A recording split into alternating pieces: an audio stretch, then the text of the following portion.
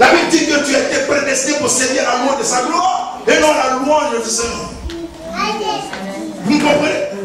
Si quelqu'un auprès de toi puis la main dit Seigneur, ah vraiment c'est tellement mauvais. Est-ce que ça c'est une louange qu'on tire comme ça de la part de Dieu? Alors quand tu es chrétien c'est encore plus grave. Ta vie devrait faire que les gens aient envie de connaître ton Dieu. Dis Amen avec moi. Amen. Le christianisme, ce n'est pas s'asseoir sur les bancs d'une église. C'est la manifestation d'un caractère qui reflète la gloire de Dieu. Alléluia. Et Dieu n'attend plus autre chose que des fils qui vont révéler qui il est. L'humanité devra connaître Dieu et le glorifier au travers de ta vie. Tu arrives dans une nation, on voit la différence entre tous ceux qui sont passés et celui qui est arrivé. Parce que Dieu est manifeste dans ses actions, il est manifeste dans son amour. Tu es né pour que tu serves à la loi de sa gloire. Dis, je suis né. Je suis né en Christ. Pour servir à la louange de la gloire de Dieu. Tout ce qui est dans ma vie voudra s'opposer à cela. Je m'en libère. Éphésiens chapitre 2, verset 8 dit que nous sommes son ouvrage. Ou Éphésiens non, Colossiens 2, si j'ai bonne mémoire, Colossiens 2, 8. Nous sommes son ouvrage. Et a été préparé en Jésus-Christ pour faire des bonnes œuvres que Dieu a préparées d'avance. Allons-y, je crois qu'il faut le prendre. Colossiens 2, c'est ça? Colossiens 2, j'ai encore une belle mémoire, je ne suis pas encore trop vieux. Alléluia. Colossiens 2. Colossiens 2. Alléluia. C'est Éphésiens 2.10? C'est Éphésiens 2.10? Ok, donc la mémoire de hier. Seigneur, merci. C'est Éphésiens 2.10? Ok. Éphésiens et Colossiens. Ok, c'est Éphésiens 2.10. Quand nous sommes. Vous savez ce que le mot ouvrage veut dire en grec? Nous sommes son chef-d'œuvre. Le mot ouvrage veut dire ici chef-d'œuvre. En anglais, c'est workmanship. Je suis le chef-d'œuvre de Dieu. Vous savez ce que c'est qu'un chef-d'œuvre? Vous voyez la différence entre un chef-d'œuvre et ce qui n'est pas un chef-d'œuvre? Un chef-d'œuvre, c'est un élément qu'on a fabriqué à la perfection qui est beau. C'est exactement comme le Mona Lisa. Vous connaissez Mona Lisa? La Joconde? Cette gravure qui regarde dans toutes les directions, quel que soit l'angle où vous posez. Vous n'êtes pas là ou quoi? On connaît.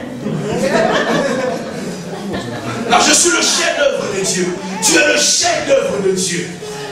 Regarde ta vie, dis je suis le chef-d'œuvre de Dieu. Oui, il n'y a pas eu d'erreur dans ce que Dieu a fait en ce qui te concerne. Et il a préparé de bonnes œuvres, pas de mauvaises œuvres, des bonnes œuvres. Elles ont été préparées d'avance afin que toi tu les pratiques. Toutes les fois que tu rentres dans les bonnes œuvres, Dieu est glorifié. Et Dieu te donnera l'occasion de rentrer dans les bonnes œuvres. Donc tu dois comprendre que ta vie sur la terre est une mission complexe. Tu n'es pas un échec. Il y a une raison pour laquelle Dieu t'a maintenu pour 2009. Et il y a une raison pour laquelle tu m'as jusqu'à 2050. Et jusqu'à ce que tu n'aies plus dedans, il y a une raison pour laquelle Dieu te maintient. Alléluia. Donc ta vie doit servir la louange et la gloire de Dieu. C'est pourquoi nous devons bannir les scandales au milieu de nous. Je vais encore le redire. Nous devons bannir tous ces scandales. Parce que les scandales, pas les scandaux, les scandales.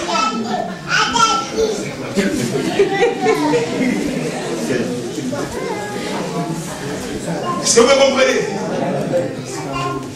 Si ma vie doit servir la louange et la gloire de Dieu, si des bonnes œuvres ont été préparées pour que je les pratique, alors je refuse de rentrer dans le scandale. Parce que le scandale représente la gomme qui va effacer tout ce qui doit te faire de bien. Donc dès que le sens arrive, je démarre et je sors. Parce que je n'ai pas été destiné à cela. C'est celui qui ne sait pas qui aime les scandales. Mais nous savons qui nous sommes et où nous allons. Nous voulons que lorsqu'on parle de nous en tant que communauté, les gens disent, on peut tout leur reprocher, sauf les scandales. On peut leur reprocher d'aimer Dieu comme des fous, mais ils ne se mêlent pas au péché, ils ne se mêlent pas aux disputes, ils ne se mêlent pas au cancan, ils ne se mêlent pas aux querelles. C'est un peuple qui aime son Dieu, c'est un peuple qui craint son Dieu. Dis Amen. Que Dieu te bénisse, enfant.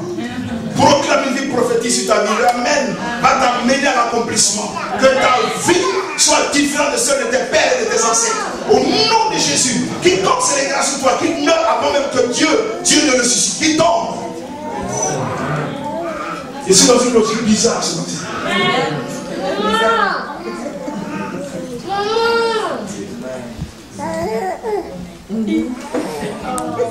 Voilà pourquoi quand les gens cherchent à nous faire du mal, ils ne savent pas que nous avons été préparés pour des bonnes œuvres. Nous n'allons pas leur faire du mal. Mais leurs yeux verront, mais ils vont pleurer.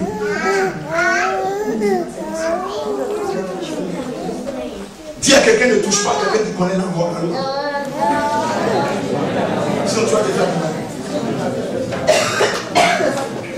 Amen. Je vais lire un autre verset, on va arrêter. Psaume 40. Tu es né pourquoi? Tu es le chef-d'œuvre de Dieu.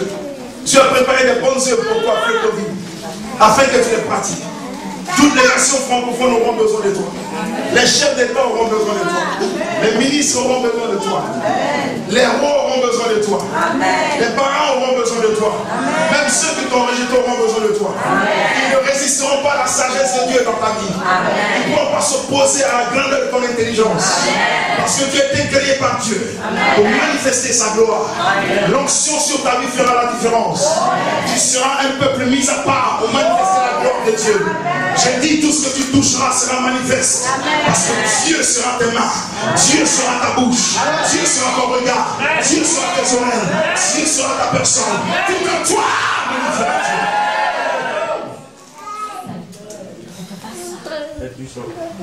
Alléluia.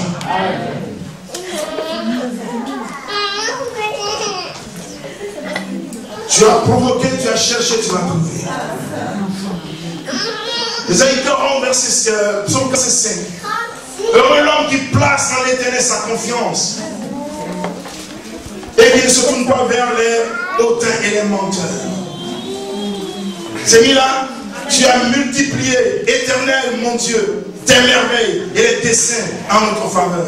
Nul n'est comparable à toi. Je voudrais les publier et les proclamer. Mais le nombre est trop grand pour que je les raconte. Amen. Dieu donne une occasion de louange à son peuple.